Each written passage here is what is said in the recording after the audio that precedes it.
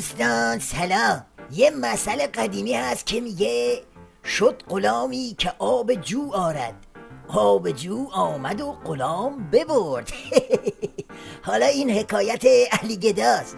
پس پریشب اومد که با یه تشر دوغکی آتیش جنگ و دعوا تو نظامشو بخوابونه و وضعیت رو آروم کنه. هر حنجره ای که در جهت اختلاف حرف بزند بلندگوی دشمن است، چه خودش بدانه چه ندانه. مراقب باشیم حنجره ما بلندگوی دشمنان اسلام و قرآن نشود. بله، آب جو آمد و علی گدا را ببرد. یعنی نه تنها جونه برای دلواپس و دلارام آروم نگرفتن، بلکه آتیش گردعوا بالا گرفت و بیشتر افتادن به جون هم. مردم ما به خوبی میدانند و آگاه هستند با شعار و ادای جملات تند مشکلات جامعه و کشور حل و فصل نخواهد شد. علی‌رغم اقلیت بسیار کوچکی که بلندگوهای بزرگ را از دیگران عاریه کرده اند، اکثریت قاطع ملت ایران پشتیبان مسیر صلح و آشتی و مسیر تعامل سازنده با جهان هستند. ما مسیرمان را با حمایت مردم و با هدایت مقام معظم رهبری مثل ماه‌های گذشته به پیش خواهیم برد. بفرمایید. اینم بلندگوی دشمن کاری به روزهای علی گدا نداره. میگه ما ریختن زهر تو حلقوم علی گدا رو پیش خواهیم برد. البته از اینجور بلندگوهای دشمن تو نظام زیاده. اون چه که شنیدید اعتدالیش بود. حالا بریم سراغ یه حنجره جلخورده دلواپس. بنزین بدون اطلاع رسانی و برخلاف ادعای اینکه افزایش پیدا نمیکنه گرون شد. امروز اعلام شد گاز 15% گرون شده.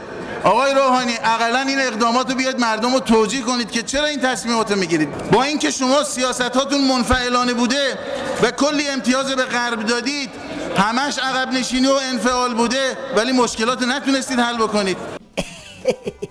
آخه شیخک تیغ کش، مگه اون تلس شکسته نگفت که حنجرتونو در راستای اختلاف پاره پوره نکنید؟ پس ولایت مدارید کجا رفته؟ یه بار خیر شیخ فری رو میگیری، یه بار پاچه ممجواد زخیمو. آقای ظریف روز گذشته گفتن در دولت گذشته با دانشمندای هسته‌ای مصاحبه شده. امروز آقای عباسی اینو تکذیب کردن، رئیس سازمان انرژی اتمی قبل. گفتن این دروغه. آقای ظریف چرا این دروغو میگید؟ برای اینکه سست بکنید موضع قاطعانه رهبر انقلاب رو که ایشون فرمودن تا من هستم اجازه نمیدم از دانشمندای هسته‌ای ما بازجویی بشه.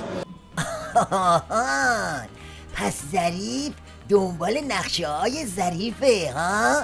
یعنی میخواد هر جوری شده فک علی گدا رو باز کنه و زهر رو روونه کنه. بی خود نیست دلواپسا از هر فرصتی واسه پس کردنی زدن به وزیر خارجه شیخ فری استفاده میکنن.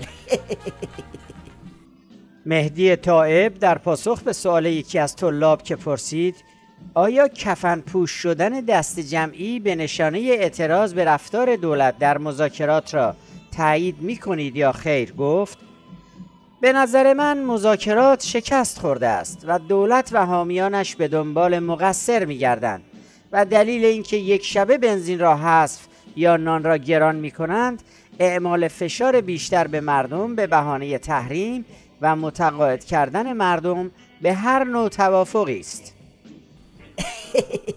عجب، یعنی شیخ فری بنزین رو گرون کرده که علی گدا از ترس انفجار انبار باروت مجبور بشه زهر رو بندازه بالا.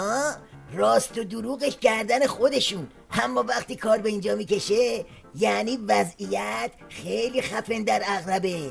یعنی دیگه کار از حنجره دشمن و نرفا گذشته، دیگه دست دشمن وارد شده و فک و فوکی واسه آخونده باقی نذاشته. عجب اقتدار بیریختی به نمایش گذاشتی علی گدا.